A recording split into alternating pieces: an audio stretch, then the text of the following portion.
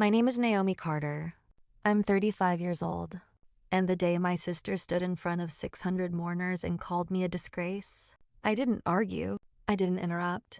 I didn't defend myself. I simply sat in the last row of my mother's funeral and listened while she buried me for the second time. The first burial had happened 15 years earlier. Back then, everyone in our town believed I had stolen money from a church charity fund. They believed I had forged signatures, emptied accounts, and nearly destroyed my father's ministry. I lost friends. I lost my reputation. I lost my family. What nobody knew was that I hadn't taken a single dollar. I was protecting someone. The same person standing at the podium that morning pretending to cry for our mother. My older sister, Rebecca. The golden child. The favorite. The daughter everyone admired. The daughter I had sacrificed everything to save. As she stood under the soft lights of the church sanctuary, dressed in black and speaking with practiced sadness, people nodded at every word she said. They adored her. By then she was famous. Television appearances, best-selling books, speaking tours, magazine covers. People paid thousands of dollars to hear Rebecca Carter talk about integrity, resilience, and personal accountability. If only they knew. She paused dramatically and looked toward the back of the room. Toward me. Then she smiled. Not a kind smile. Not a grieving smile. A warning. Some people, she said softly, spend their entire lives running from the consequences of their choices. The room went silent. Everyone knew exactly who she meant. 15 years later, I was still the family embarrassment. Still the cautionary tale. Still the daughter people whispered about. A few heads turned in my direction. Some looked uncomfortable. Others looked curious. Most looked satisfied. People love believing they know who the villain is. Rebecca continued speaking, talking about forgiveness, talking about family, talking about second chances. Every word sounded beautiful. Every word was a lie. Because while everyone in that room believed Rebecca had spent years overcoming adversity, the truth was much uglier.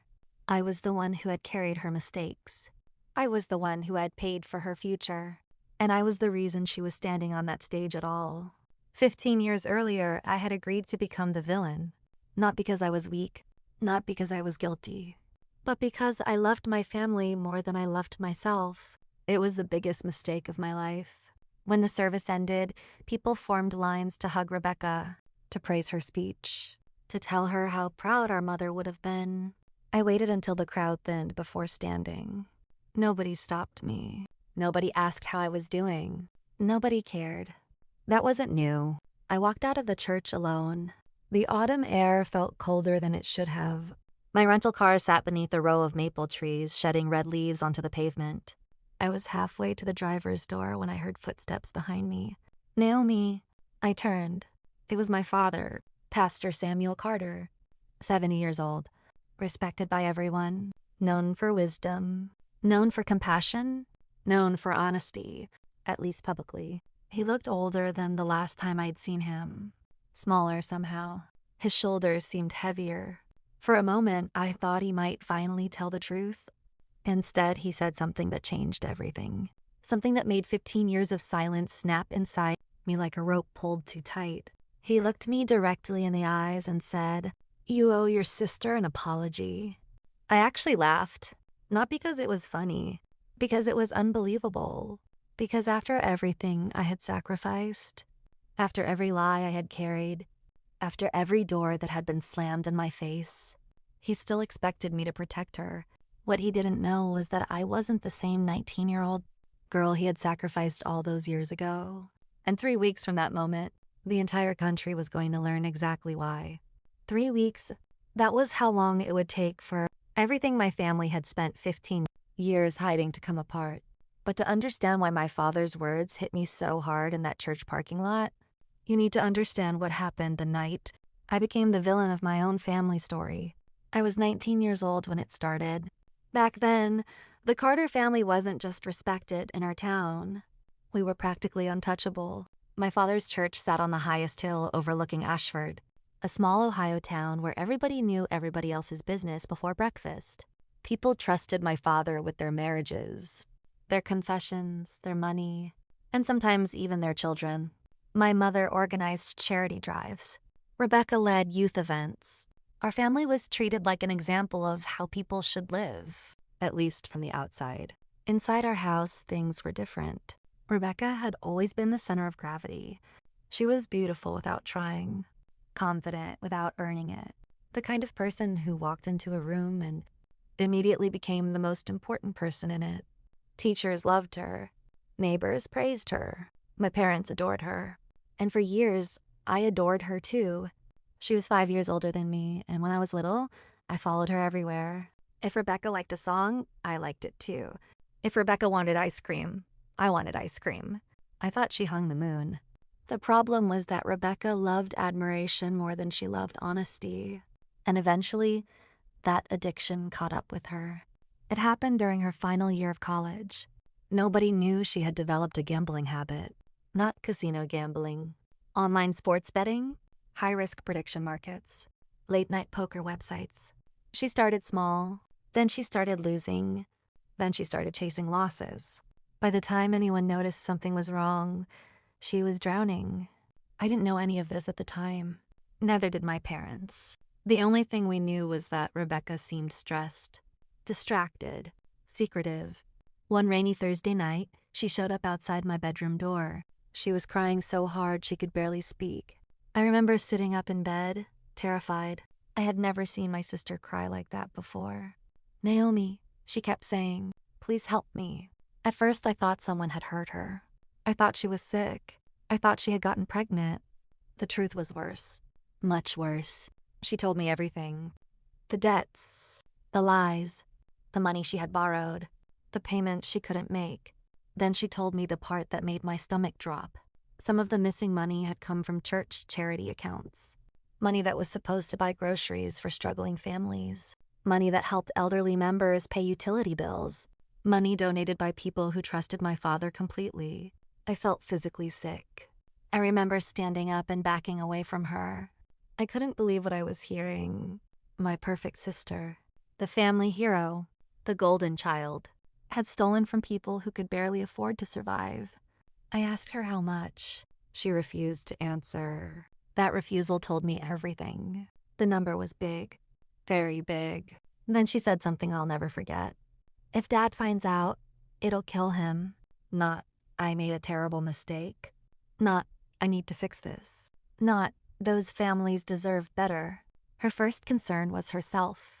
And somehow, even then, I wanted to save her. The next morning, my parents found out. Not because Rebecca confessed, because the church accountant discovered irregular transactions. Within 48 hours, an internal investigation began. Questions started spreading through town. Rumors exploded, and suddenly our family faced a disaster unlike anything we'd ever experienced. I expected my parents to hold Rebecca accountable. I expected consequences. I expected honesty. Instead, they called a private family meeting. What happened during that meeting changed the course of my entire life. My father sat at the dining room table looking 20 years older. My mother wouldn't stop crying. Rebecca stared at the floor. Nobody spoke for nearly a minute. Then my father looked at me. Not Rebecca, me. And that's when I realized something was terribly wrong. "There's still a way to protect this family," he said quietly. I remember feeling confused. Protect the family from what? The truth was already the truth. But then my mother reached across the table and grabbed my hand. Her fingers were shaking. "Rebecca has her whole future ahead of her," she whispered. My chest tightened. Because suddenly I understood exactly where this conversation was going. And I couldn't believe they were actually considering it. My father cleared his throat. Then he made a request so unbelievable that even now, 15 years later, remembering it still makes my blood run cold. He asked me to take the blame. Not temporarily, not privately, publicly, completely, forever. And the worst part? The reason they thought I might agree was because they already knew something about me that Rebecca never understood. I loved my family enough to destroy myself for them. At 19, that felt like loyalty. I had no idea it would become the greatest betrayal of my life. And before the week was over, the entire town would turn against me while the real culprit stood safely beside them pretending to be innocent. I wish I could tell you I refused. I wish I could tell you I stood up from that dining room table, looked my parents in the eyes, and told them they were insane. But that's not what happened, because at 19, I still believed sacrifice could earn love. I still believed that if I carried enough weight for the people I cared about, eventually they would see me. Eventually they would choose me. Eventually they would tell the truth. I was wrong. The meeting lasted nearly 3 hours. 3 hours of explanations. 3 hours of rationalizations. 3 hours of hearing why Rebecca's future mattered more than my own. My father said the church would survive if people believed one troubled teenager had made a mistake. But if the truth came out, the entire congregation might collapse. My mother said Rebecca's career would be over before it started. Graduate schools would reject her. Employers would refuse to hire her. Her life would be ruined. And Rebecca mostly cried. She barely spoke. When she finally did, she looked at me with tears running down her face and whispered, "I'll spend the rest of my life making it up to you." At the time, those words meant something to me. Now they just make me angry. Because people often promise repayment when they're desperate. The real test comes after they've been rescued. And Rebecca forgot that promise almost immediately. By the end of the night, a plan had been created. A lie carefully designed to protect the family favorite.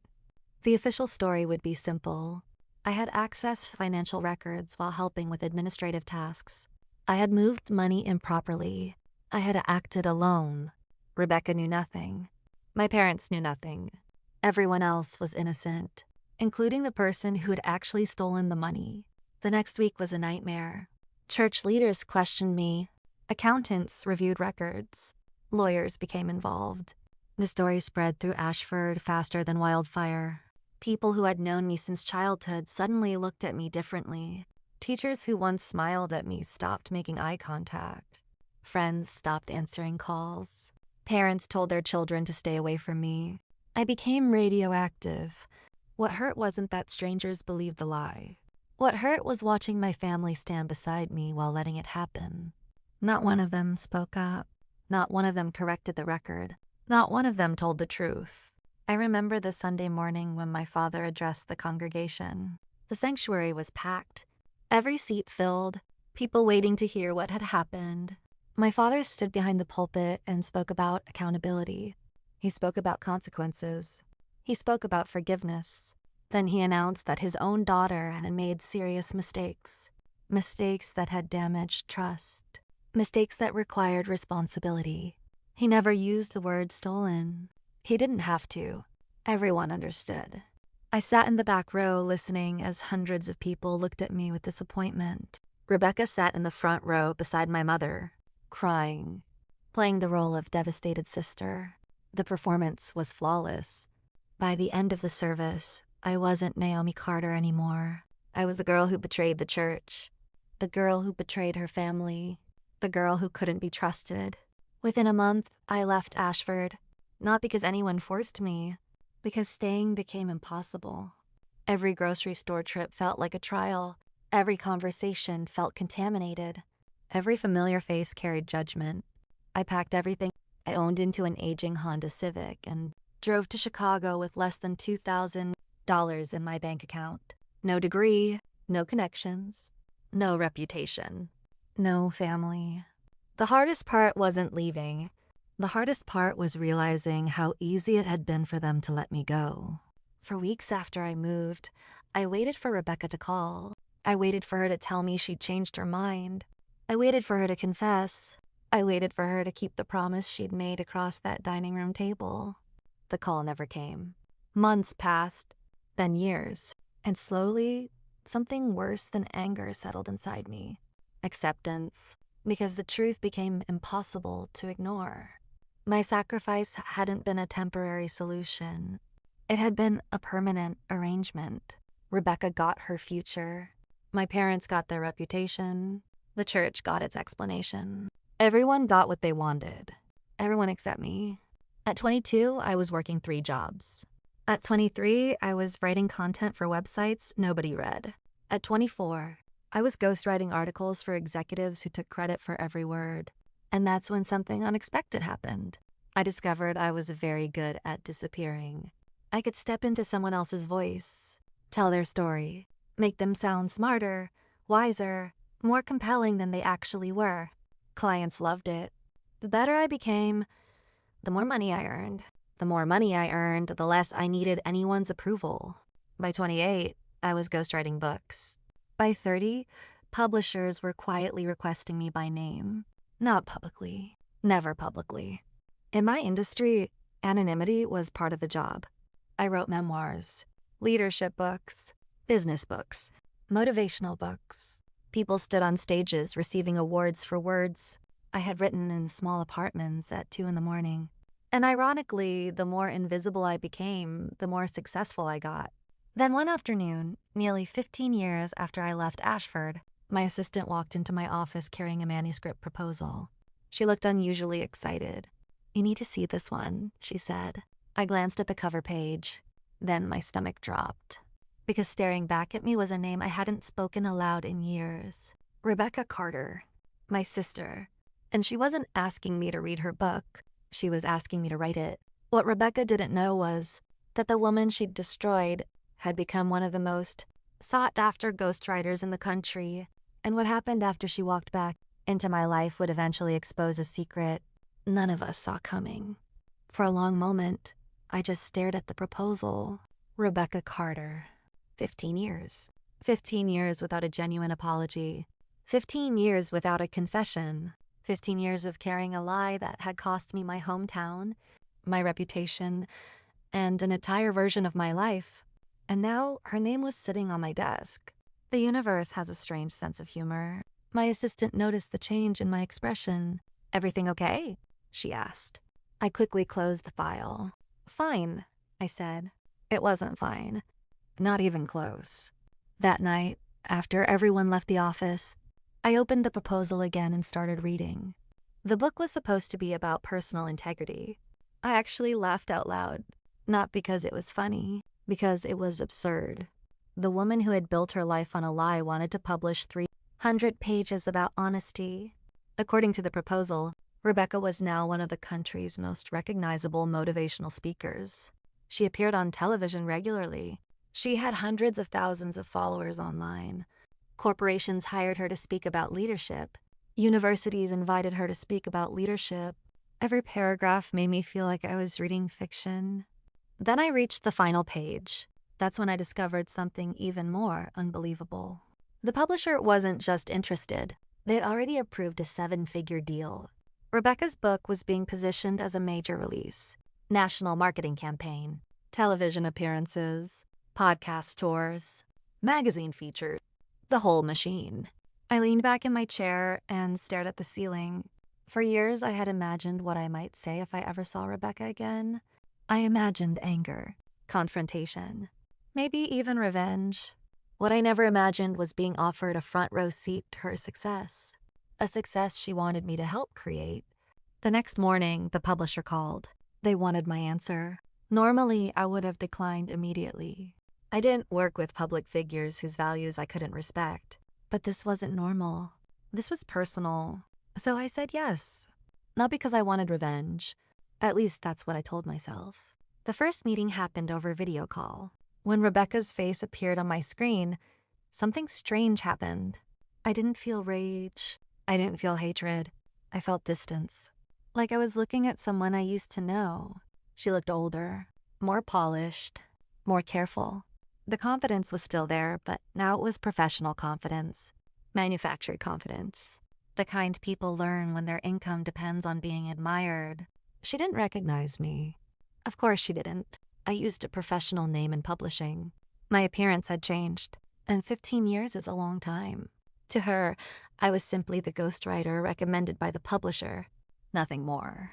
For the next 8 months, we worked together, or more accurately, I worked while she talked. Hours of interviews, stories, memories, personal experiences.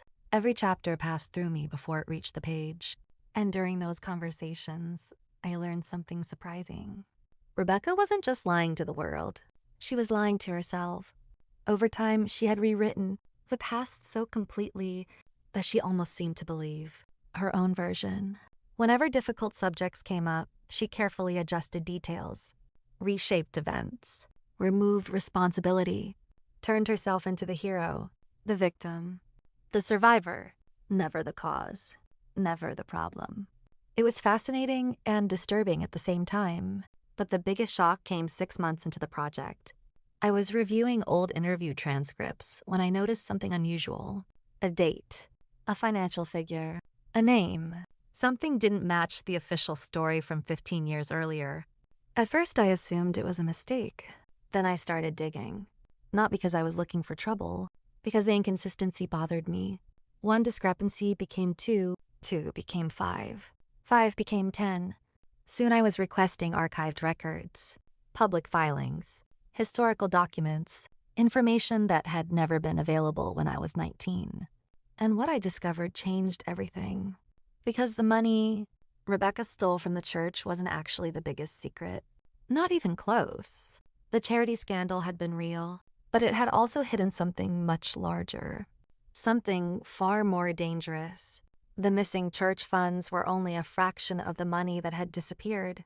There had been another account, a private account, an account controlled by only 3 people. My father, the church treasurer, and someone else. Someone whose name made my heart stop when I saw it. I checked the documents 3 times, then 4, then 5, hoping I had misunderstood. I hadn't. The signature was there, clear as day. The date was there, the transfers were there. And suddenly, for the first time in 15 years, I realized something terrifying. Rebecca had not acted alone. The scandal that destroyed my life wasn't created by one desperate college student. It had involved someone else, someone much closer to me, someone who had spent 15 years pretending to be innocent. I sat alone in my office long after midnight, staring at those records, unable to breathe, unable to think, because if what I had found was true, then my entire family history was built on a lie far bigger than I had ever imagined. And the person who had sacrificed me wasn't Rebecca. Rebecca had simply been the easiest person to blame. The real architect of everything was someone I never expected. Someone whose betrayal would hurt even more than hers. And 1 year after my mother's funeral, I was about to uncover the truth. I didn't sleep that night. How could I? For 15 years, I had built my entire understanding of the past around one belief. Rebecca had stolen the money. My parents had protected her. I had been sacrificed to save the family. It was a terrible story, but it was at least a story that made sense. The documents sitting on my desk shattered that certainty. By sunrise, I had printed every record, highlighted every transfer, and spread them across my conference table. I kept hoping I'd find an innocent explanation. A bookkeeping error, a clerical mistake, anything. Instead, every new detail pointed in the same direction. Someone had been moving money long before Rebecca touched the charity accounts, large amounts, systematically, quietly, over several years, and every trail led back to one person. My father, Pastor Samuel Carter, the man who had spent decades preaching honesty, the man who had publicly condemned me, the man who had publicly condemned me. I stared at his signature over and over again. The evidence was undeniable, but the question that haunted me was simple. Why? What could possibly have been worth destroying his own daughter? I hired a forensic accountant, not through my company. Privately, confidentially, I wanted answers before I confronted anyone. 3 weeks later, she called. Her voice sounded unusually serious. "Naomi," she said, "you need to sit down." Those are never good words. I sat. Then she explained what she'd found. Years before the charity scandal, my father had secretly invested church development funds into a real estate project. It wasn't illegal at first, just reckless. The project failed. Spectacularly, millions disappeared. Money that was supposed to support future church programs. Money donated by families who trusted him. Money he couldn't explain. Instead of reporting the loss, he began moving funds between accounts. covering shortages, creating temporary solutions, buying time. A dangerous game that eventually spiraled out of control. Then Rebecca's gambling disaster happened, and suddenly my father had the perfect distraction.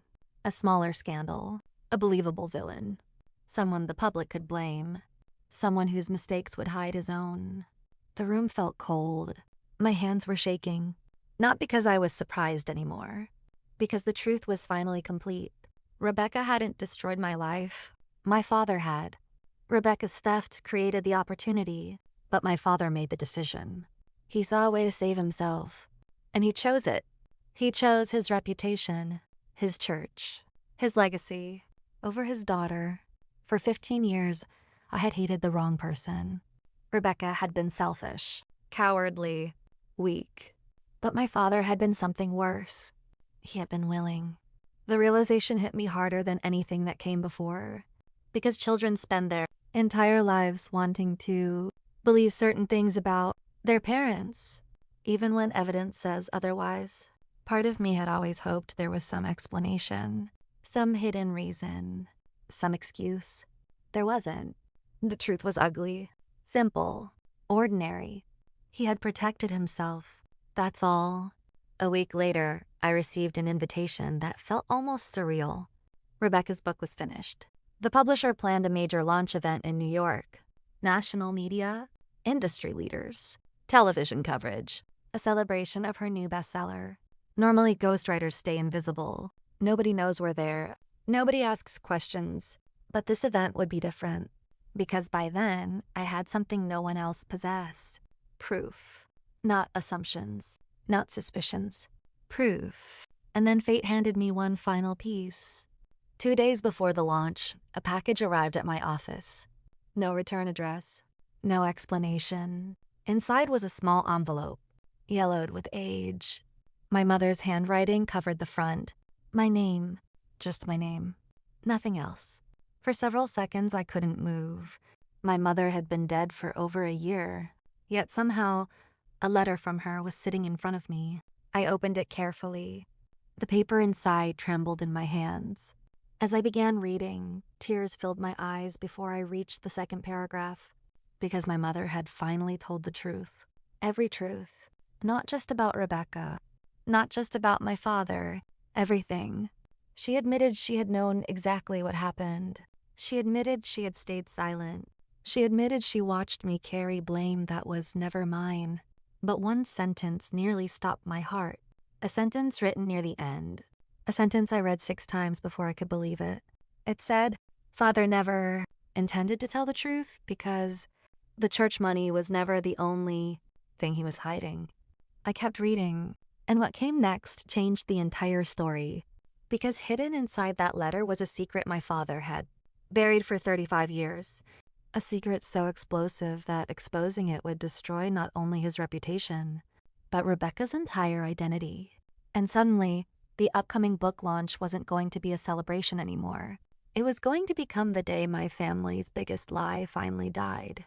The launch event was being held in Manhattan, one of those elegant hotel ballrooms designed to make success feel expensive.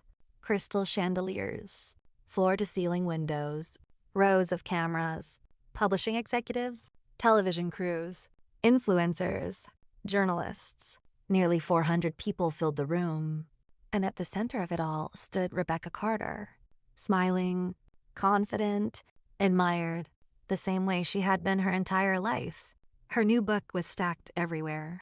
Large banners displayed her face beside quotes about courage, truth, and personal responsibility.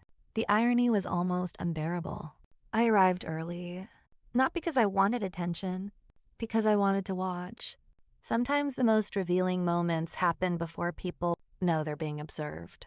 From a private section near the back, I watched Rebecca greet guests, sign books, pose for photographs, accept compliments. She looked happy. Not nervous, not guilty. Happy. And that bothered me more than I expected. Because while I had spent years rebuilding my life from the wreckage of a lie, she had spent those same years benefiting from it. Then I saw him, my father, standing near the stage, older, thinner, less commanding than I remembered. The confidence that had once filled every room seemed diminished now, but he was still there, still protecting the same secrets, still living inside the same illusion. For a brief moment, our eyes met. His expression changed immediately.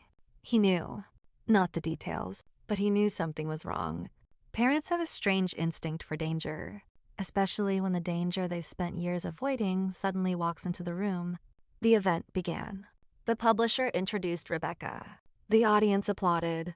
She took the stage and launched into the same speech she had delivered hundreds of times before.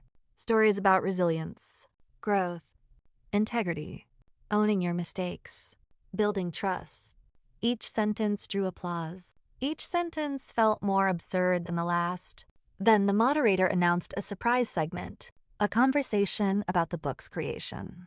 Rebecca smiled. She thought she knew exactly what was coming. She didn't. The moderator turned toward the audience. "We'd like to invite someone very special to join us." Rebecca remained relaxed until my name appeared on the giant screen behind her. The smile vanished instantly. The room fell silent. I stood. Every eye in the ballroom followed me as I walked toward the stage. Slowly, calmly, deliberately. Rebecca looked like she'd seen a ghost. My father looked even worse, because unlike Rebecca, he understood something important. I never showed up without a reason. When I reached the stage, the moderator welcomed me warmly. Most people assumed I was there because I'd helped with the book, which was technically true, but only technically. The first few questions were harmless. Publishing process, writing strategy, creative collaboration. Then I asked if I could say something. The moderator agreed. I turned toward the audience. Hundreds of faces stared back at me, waiting, curious, completely unaware that the evening was about to become something else entirely. "I spent 15 years carrying a story that wasn't mine," I began. The room grew quiet. Rebecca's face drained of color. My father shifted uncomfortably.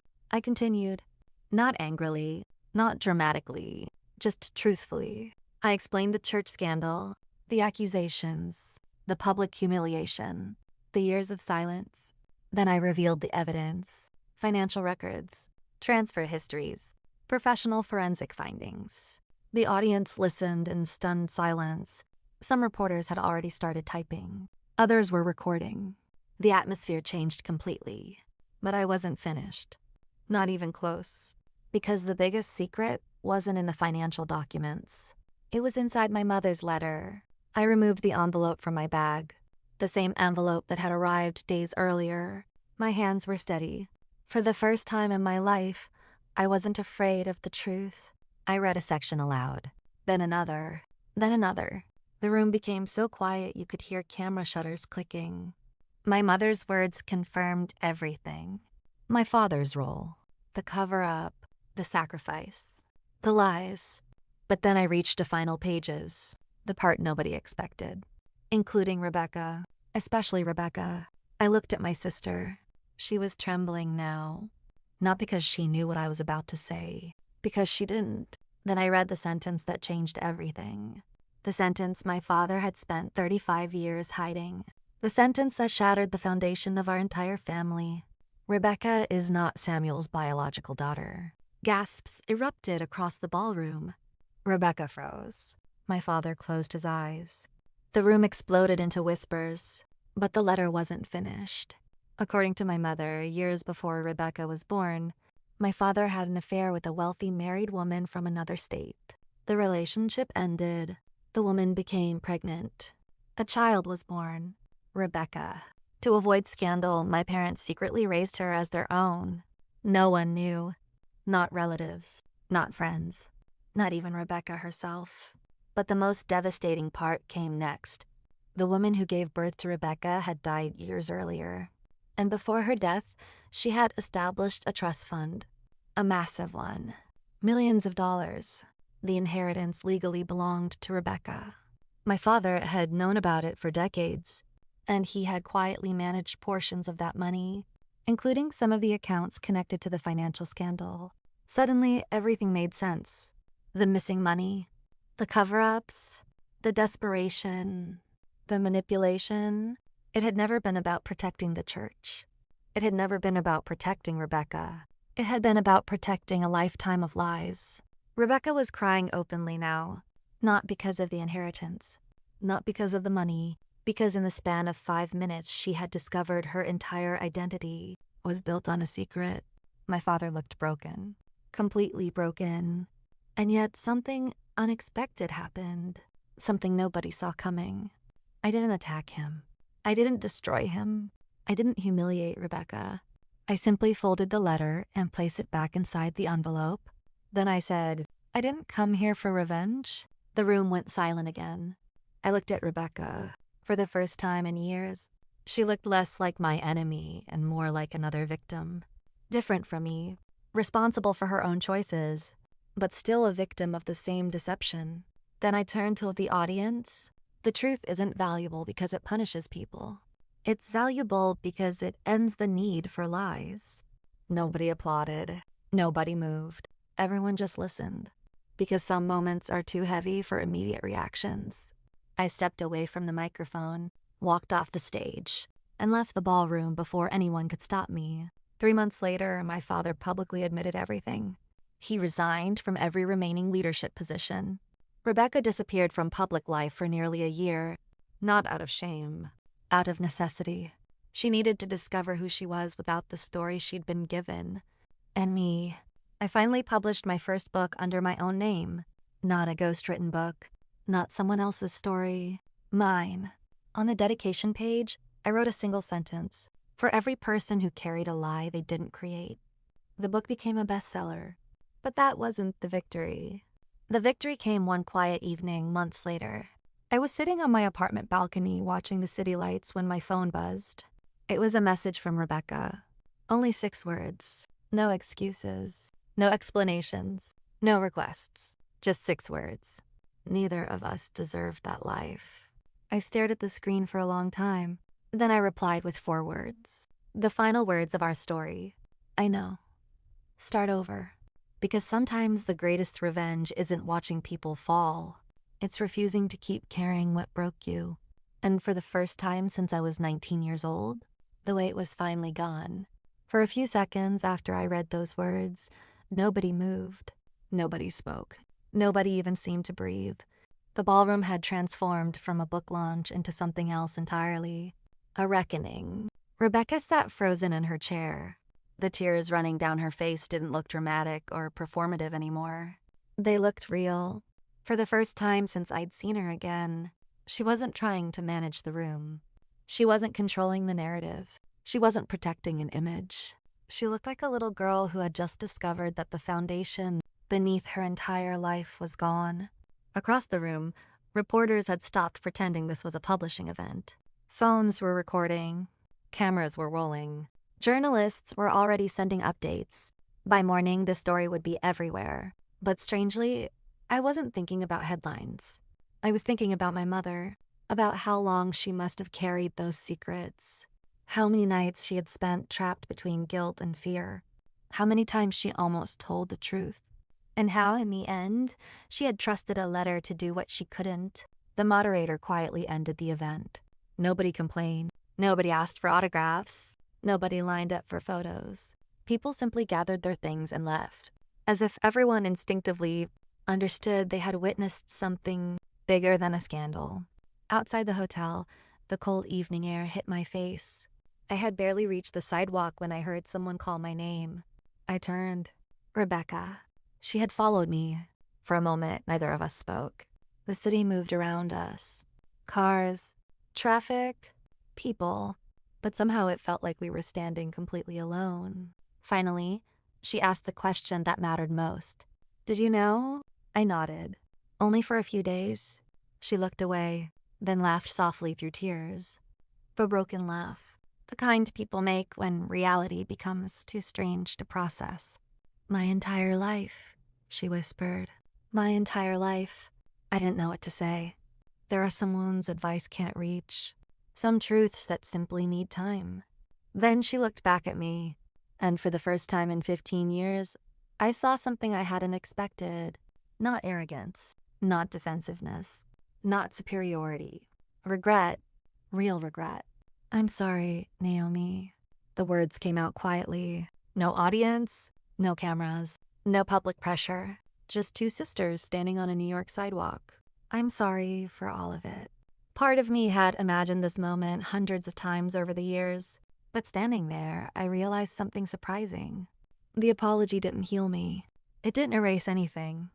It didn't restore the years I'd lost. But it mattered, because for once, it was honest.